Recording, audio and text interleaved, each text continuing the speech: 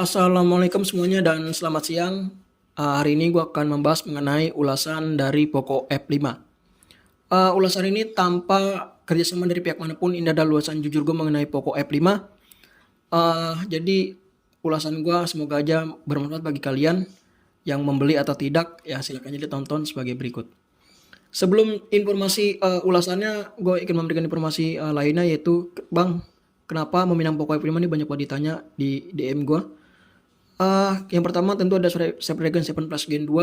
Gue ingin mencoba harga dan spesifikasi yang dibawa meningkat banget sebagai user Poco F3 dan F4. Tentu nih spesifikasinya jujur ini meningkat banget. Yang menarik juga adalah Poco F5 kok bisa murah bang ya. Gue juga bertanya-tanya gitu. Dan akhirnya gue menemukan jawabannya kenapa bisa murah. Karena Poco Indonesia sudah 100% jualan online, dan online tentu akan memangkas biaya-biaya lainnya seperti biaya logistik misalkan, biaya sewa karyawan, sewa gudang, dan masih banyak lagi. Dan membuat murah lagi, tentu ada aplikasi Blockware, itu adalah aplikasi yang kerjasama ke pihak Poco. Ini adalah cuan juga, bisa menekan biaya harga jualnya.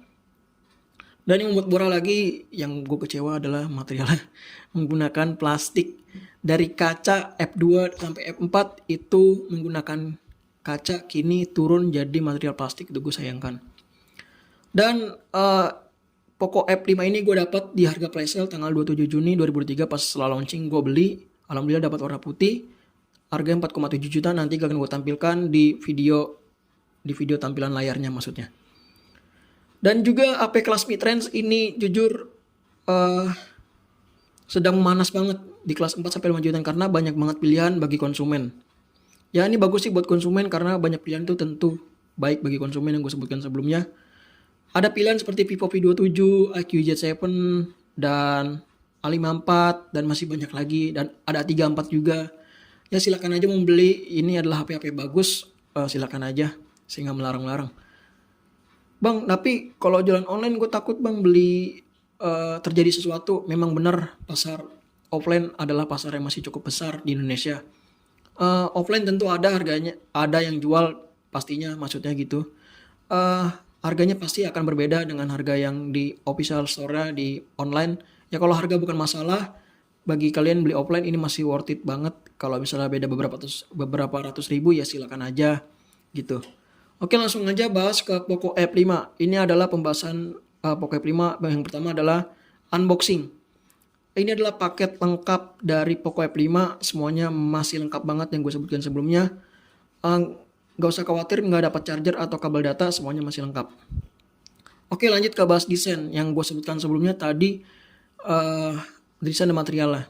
Desain Poco F5 atau Poco F series terkenal dengan anti mainstream. Sebagai user Poco F3 dan F4 yang terkenal anti mainstream, desainnya menurut gue Poco F5 menurun ya, karena desainnya mengikuti tren sekarang yaitu polos. Mengikuti sekarang kayak contohnya A54 tuh polos begitu, maksudnya gitu. Menurut gue ini menurun sih, karena ya agak kecewa sih gue jujur. Tapi kecewaan gue sedikit lulur gitu. Yaitu karena warna putihnya bagus, jujur warna putih bagus, dan warna biru jujur juga bagus juga. Kecuali warna hitam gue kurang suka ya, kurang serak gitu. Dan yang gue sayangkan juga adalah materialnya menggunakan plastik. Plastik tentu akan mengakibatkan bintik-bintik putih dan jamur, karena orang tua gue nyokap punya smartphone plastik itu pakai setahun lebih, keluar jamur, dan bukan keluar jamur, maksudnya terdapat bintik-bintik putih. Itu membuat smartphone-nya jadi jelek gitu. Jadi harus pakai Garskin. Garskin murah kok, harganya Rp3.000 di online juga ada yang jual. Beli 5 aja buat jaga-jaga, maksudnya gitu. Oke, lanjut ke berat dan tebal. Tebalnya 7,9 mm dan beratnya 181 gram. Ya beratnya enteng karena materialnya menggunakan plastik, dan tebalnya 7,9 mm bagus. Emang ini tebalnya mantap lah buat ditaruh tas lempang, nggak gede gitu. Dan kita ke sisi-sisinya. Sisi bawah terdapat lubang speaker, port Type C, mikrofon, slot SIM tray dengan slot dual SIM tanpa dukungan microSD sayangnya. Dan sisi atas terdapat lubang speaker, mikrofon, earblast remote, dan headphone jack. Ya, headphone jack ini masih ada maksudnya kembali lagi ke Poco F5. Bagus, ini memang HP performa, memang harus ada headphone jack. Dan sisi kanan terdapat tombol power dan fingerprint dan volume. Sisi kiri ya polos aja, ya memang seperti itu. Overall untuk desain gue kasih nilai 7,5 ya. Maaf ya Poco, memang ini agak menurun karena gue user Poco F3 dan F4, jujur memang bener desainnya menurun dan materialnya. Semoga Poco F5 kedepannya pakai Poco F6 maksudnya pakai kaca gitu. Lanjut kita bahas layar. Layar Poco F5 selama gue pakai belum menemukan indikasi masalah seperti burn in, green tint, dan masih banyak lagi. Untuk OLED-nya bagus, cerah sampai 1000 nits, dan fitur-fitur OLED-nya lengkap seperti ada Dolby Vision, Wideband L1, 12 bit panel maksudnya. Jadi untuk teknologi layarnya OLED-nya bagus, simetris, bezel atas bawah kiri kanan, pelindungnya sudah pakai Gorilla Glass 5. Ini jenis OLED-nya apa bang? Jenis OLED-nya kalau ini kan rebranding dari Redmi Note 12T Turbo. Kalau di Cina pakainya OLED Tianma T7 Plus. Ya kemungkinan besar ini pakai OLED-nya jenisnya sama, pakai OLED Tianma T7 Plus. Overall pakai OLED Tianma juga bagus, gak ada masalah yang gue sebutkan sebelumnya. Ini adalah peningkatan yang cukup besar untuk sektor layarnya sebagai user Poco F3 dan M4. Sektor layarnya benar-benar meningkat simetris kiri dan kanan. Gue suka banget, seperti bukan HP mid-range ini, seperti jenis layar HP flagship. Terima kasih Poco untuk layarnya, bagus. Oke, lanjut ke kamera, video, dan mikrofon. Dari awal rilis, jujur sebagai user Poco F3 dan M4 memang gue nggak ekspektasi tinggi sih mengenai smartphone Poco di sektor kamera, kecuali kalau gue beli smartphone Xiaomi ya, karena Xiaomi all-rounded, jadi gue ekspektasinya tinggi gitu. Kalau Poco tuh ya gue nggak ekspektasi tinggi lah, tapi walaupun begitu kameranya masih bisa diandalkan, video dan mikrofonnya juga masih bisa diandalkan. Dan selama gue ngambil fine-fine aja sih, upload ke sosial media nggak malu-maluin. Ya tekstur warnanya juga, tekstur gambarnya oke lah. Juga Poco Indonesia atau Poco Global mengklaim bahwa Poco kameranya tuh meningkat dari shutter speednya gitu, seperti 36% kecepatan pengaktifan kameranya dan 62% SDR dan 548% itu di mode malam. Ya memang benar, di UI kameranya itu ada peningkatan. Nanti gue kasih contohnya maksudnya. Di UI kameranya itu seperti kayak ngambil gambar nggak ada jeda, ngambil mode malam juga seperti kayak nggak ada jeda, dan transisi antar mode UI-nya itu seperti juga kayak nggak ada jeda. Jadi kayak langsung satset aja. Itu mantep banget, peningkatan banget dari Poco F4 dan F3. Dan ada lagi teknologinya yaitu namanya in-sensor zoom. Itu adalah sensor full resolusi dari 64 megapiksel yang di crop. Jadi ini lebih bagus daripada digital zoom. Mantap, ini setahu gua ada di smartphone yang flagshipnya Xiaomi atau di Xiaomi T series gitu. Setahu gua sih memang begitu. Nanti akan gue tampilkan resolusi kamera dan sensornya menggunakan apa di video kameranya. Videonya dibekali OIS dan AIS, mendukung kamera belakangnya itu 4K 30 fps dan kamera depannya 1080 60 fps. Nanti lihat aja hasilnya. Oh iya bang, apakah masih ada mode pro video dan fotonya? Masih ada kok, jawabannya ada mode video pro dan foto, jadi nggak usah perlu khawatir. Ini juga fitur penting bagi gue. Dan berikut hasil foto, video, dan mikrofonnya. Oke, ini adalah tes mikrofon di resolusi 4K 30 fps. Ini tes mikrofonnya aja, di video bagaimana kualitas mikrofon dari Poco F5. Kalian bisa menilai sendiri.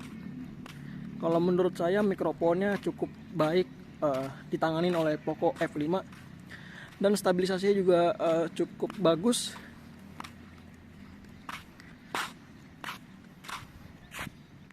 Oke, ini adalah resolusi Full HD 60 fps. Apakah ada stabilisasi? Kalau dilihat viewfinder yang gue sebutkan sebelumnya, ini 60 fps seperti ada stabilisasinya juga. OIS dan AIS bekerja dengan cukup baik. Mikrofonnya bagaimana? Kalian bisa nilai sendiri. Oke, ini adalah resolusi Full HD 30 fps di Poco F5. Untuk stabilisasi tentu ada ya. Dilihat di viewfindernya juga, ini ada stabilisasinya. Oke, baik, ini adalah resolusi Full HD 60 fps. Untuk kamera depannya menurut saya agak kurang ya, tolong diupdate software lagi ke depannya, tolong tim Poco Global atau MIUI Global. Dan untuk stabilisasi apakah ada? Kalau menurut saya di Vivender sepertinya nggak ada ya stabilisasinya. Untuk detail-detailnya bagaimana di kondisi belakangnya, kalau dilihat sih nggak bisa menangkap dengan baik ya. Oke, ini adalah resolusi Full HD 30 fps di kamera depan Poco F5. Bagaimana kualitas mikrofonnya juga, testing aja.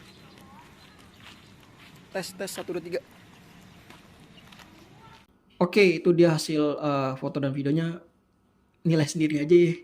Kalau menurut saya overall keseluruhannya memang hasilnya merasa cukup aja, karena ini HP Poco yang mengedepankan performa. Ekspektasi gue nggak tinggi, tapi hasilnya memang ya gitu, nggak malu-malu masih bisa diandalkan gitulah. Untuk mikrofonnya juga bagus, kecuali kamera selfie ya, jujur kamera selfie-nya harus diperbaikin untuk tim Poco update software gitu. Untuk kamera selfie-nya harus ada peningkatan. Lanjut ke bahas performa sensor dan konektivitasnya maksudnya. Poco F5 performanya dibekali yang menjadi highlight yaitu Snapdragon 7 Plus Gen 2. Ini adalah chipset dari bawaan Snapdragon 8 Gen 1 untuk spesifikasinya ya. Dan tentu fitur dan kualitasnya ya nggak akan bisa sama mengenai chipset premium dari Qualcomm 800 series, nggak mungkin, tapi kualitasnya juga masih mantap. Teknologi proses sudah 4 nanometer TSMC Cortex X2 2,91 GHz. RAM-nya menggunakan LPDDR5. UFS-nya sudah 3.1.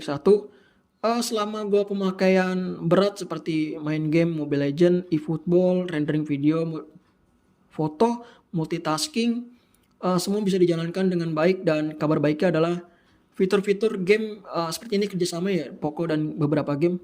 Mobile Legends sudah terbuka opsinya Ultra, dan PUBG juga terbuka 90 fps. Ini bagus sih, karena memang jujur Xiaomi itu banyak banget sama dengan developer game, jadi unlock fiturnya cepet gitu. Dan ini juga dibekali VC cooling system. Banyak kok di sosial media gue nemuin tuh panas, tapi pas gue pakai fine aja, nggak panas. Panasnya nggak yang disebutkan yang di sosial media rame-rame itu, hangat aja karena dibekali vapor chamber. Luasnya juga cukup luas, gue lupa berapa tapi cukup luas gitu, jadi pengantar panasnya nggak tertitik satu pusat, nyebarnya juga cepat gitu. Itu overall kinerja performa dari Poco F5. Kita akan lanjut ke skor benchmark dan sensornya. Berikut gue akan sertakan skor benchmark Antutu, Geekbench, kekuatan sinyal, storage test, dan kekuatan GPS dan lainnya. Untuk sensornya gimana bang? Apakah lengkap? Bagusnya lengkap sih, ini ada gyroscope sudah hardware, NFC, Bluetooth-nya sudah 5.3, Air Blaster remote ada, Wi-Fi 6 sudah dual band, mendukung dual jaringan 5G juga, GPS lengkap juga, mantap. Lanjut kita akan membahas ke software. Ini banyak ditanya sih, ini software tuh juga. Bang, software di Poco F5 MIUI-nya masih ada iklan nggak? Jawabannya masih. Tapi jujur ini peningkatan iklannya juga gak terlalu ganas gitu. Maksudnya tuh peningkatan dari MIUI-nya malah yang lebih drastis. Iklannya malah menurun gitu. Sebagai contohnya ketika gua klik satu apps kayak GitApp kan ada iklannya tuh nongol. Nanti nggak nongol lagi gitu setelahnya, seperti aplikasi-aplikasi lainnya seperti di aplikasi file musik, file manager, Teams, dan masih banyak lagi. Ini jujur iklannya sudah banyak banget dihilangkan dan jarang banget muncul, seperti smartphone-nya seri Xiaomi udah jarang ada iklan. Iklan juga bisa dimatikan kok. Setelah dimatikan sudah nggak ada iklannya lagi. Jadi untuk matikan iklannya banyak banget kok di video tutorialnya di YouTube dan Google. Dan performa MIUI-nya, ini yang paling gue suka dengan MIUI itu performa animasinya bagus dan banyak fitur-fitur yang menurut gue suka, seperti edit foto di latar belakang kayak awan-awan gitu, itu gue suka banget. Sayangnya memang MIUI ini perlu adaptasi lebih lanjut ya, karena nggak semua orang menyukai MIUI. Ya jujur memang itu betul, karena MIUI ini seperti elemen iOS dan Android. Jadi butuh adaptasi beberapa hari ya. Kalau gue butuh 2 hari udah bisa gitu. Ya itu sih performa MIUI 14 di Poco F5.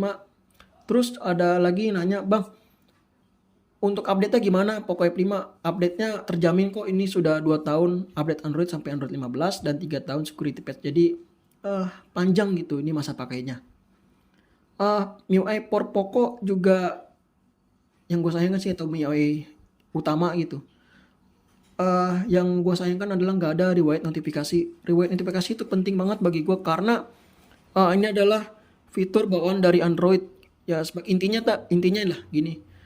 Notifikasi yang nggak sengaja dihapus, misalkan WhatsApp kepada teman kalian, itu masih ada di notifikasi story. Harusnya diadakan dong, tolong tim Xiaomi Global di MIUI 15. Memang ada caranya, harus masuk ke MIUI downloader, tapi itu butuh step by stepnya. Ya kalau saya nggak masalah ya, bagi yang orang lain itu bermasalah sih. Fitur ini bagi saya juga penting banget, dan buat kalian belum tentu sih. Memang bagi saya sih penting itu. Audionya 10 detik ya nggak masalah sih bagi saya, audionya 10 detik. Overall untuk MIUI ya ada plus dan kontranya juga lah ya. Tapi jujur gue sebagai user Xiaomi lama ya fine aja sih pakai Xiaomi itu.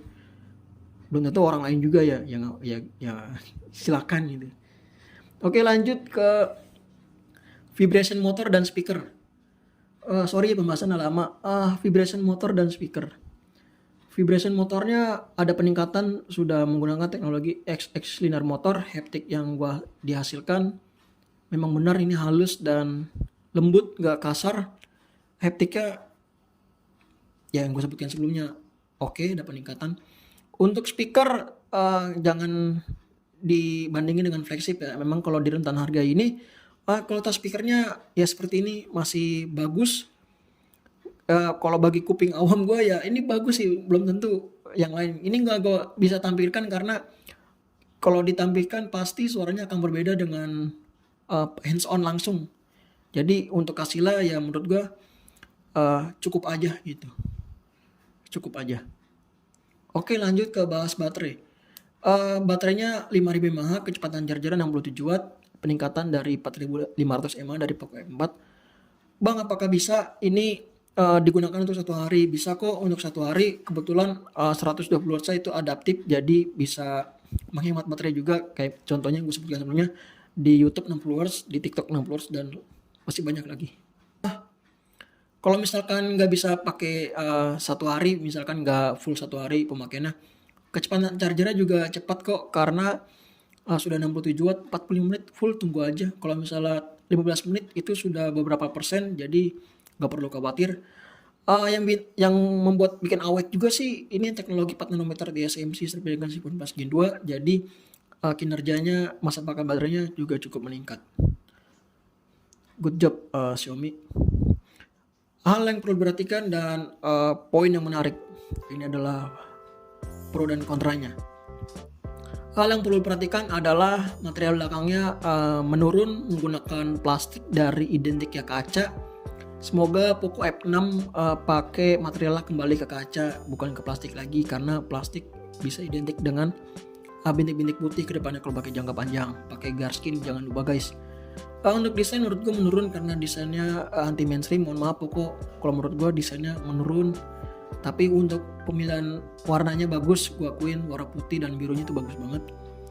Untuk kualitas foto selfie-nya, tolong Poco harus ada peningkatan, karena foto selfie-nya jujur masih kurang.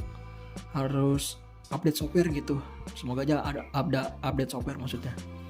MIUI 14 di Poco atau Poco F5 terdapat iklan. Walaupun gitu, yang gue sebutkan sebelumnya, iklannya sudah nggak galak banget, ini adem gitu, nggak sering nongol. Kalau klik sekali ya udah nggak muncul lagi gitu. Untuk bloatware itu yang gue sayangkan, masih ada bloatware-nya juga cukup banyak pas gue lihat sih. Jadi harus kalian hapus. Untungnya bisa dihapus sih, jadi fine aja, nggak masalah. Dan ini adalah poin yang menarik. Poin yang menarik justru lebih banyak dari yang kontranya. Harganya super tidak masuk akal. Ini gue masukin ke poin yang menarik. Paket pembeliannya masih lengkap dan ada charger dan kabelnya. Garansinya mencapai 15 bulan jika kalian mengikuti diskon dan atau event. Performa chipsetnya semi flagship, luar biasa di bawah smartphone ke kelas menengah. Teknologi RAM-nya sudah LPDDR5 dan UFS 3.1. Multitasking, rendering, apapun itu cepat dan terbantu banget. Kualitas layar OLED-nya luar biasa, jernih, simetris, bezel kiri dan atas bawah. Fiturnya banyak terbuka luas seperti Dolby Vision, 12 bit panel, dan masih banyak lagi. Masa pakai baterainya solid dan bisa diandalkan 1 hari, dan 120Hz itu adaptif. Kualitas kameranya cukup baik kecuali kualitas kamera depannya, jadi harus ada perbaikan. Masih dibekali headphone jack, jadi ini adalah HP performa, jadi headphone jack adalah hal yang terpenting. Bagus ada headphone jack. Sudah Android 13 karena banyak smartphone keluaran Xiaomi atau Poco Android 12, ini 13, jadi sudah update-nya juga mencapai Android 15, jadi nggak lengkap gitu, jadi ngikutin tren update Android-nya. Security patch-nya 3 tahun, jadi bisa dipakai jangka panjang. Sensornya lengkap banget, jadi nggak usah khawatir lah sensornya mah. Oke, lanjut ke kesimpulan. Kesimpulan dari Poco F5. Poco F5 ini adalah menawarkan peningkatan yang cukup besar, yang signifikan dari Poco F3 dan F4 atau Poco F series sebelumnya. Karena generasi sebelumnya menurut gue memang kurang gitu, kayak Poco F4 itu, Poco F4 maksudnya terkenal kalau menurut gue pakai cukup panas gitu, dan ini sudah tidak. Dan Snapdragon 7 Plus Gen 2 tentunya ini adalah peningkatan yang besar karena biasanya pakai 870 mulu, dan ini Snapdragon 7 Plus Gen 2 ada 4 nanometer TSMC, dan ISP kameranya cukup bisa diandalkan, atau kameranya masih bisa diandalkan, dan sudah tidak ada varian 128 atau RAM 6GB sudah nggak ada, dan unlock fitur gamenya ini terbuka luas, jadi nggak perlu khawatir. Oke, kalau kalian mencari smartphone performa tanpa memikirkan aspek seperti kamera, walaupun kamera masih bisa diandalkan, dan masa pakai baterai yang solid, layarnya cukup bagus, unlock fitur game yang banyak luas yang gue sebutkan sebelumnya, ini adalah pilihan yang tepat karena kekurangan yang ditawarkan menurut gue nggak sebanding sih dari kelebihan yang ditawarkan. Kelebihannya justru banyak banget. Jarang-jarang ada smartphone kelas 4-5 jutaan menawarkan spesifikasi yang ini. Mungkin ada kekurangannya seperti material plastik, kameranya ya cukup aja gitu. Dari kekurangan tersebut, kalau menurut bagi gue sebagai user Xiaomi, ada di desain dan materialnya yang kurang. Materialnya plastik dan desainnya desainnya menurun. Mungkin itu saja sih yang bisa gue sampaikan. Bila ada penyampaian yang salah atau informasi yang salah, mohon maaf, tolong komen di bawah aja, nanti akan gue balas, dan semoga kedepannya gue semakin baik. Semoga informasi ini bermanfaat bagi kalian, dan terima kasih.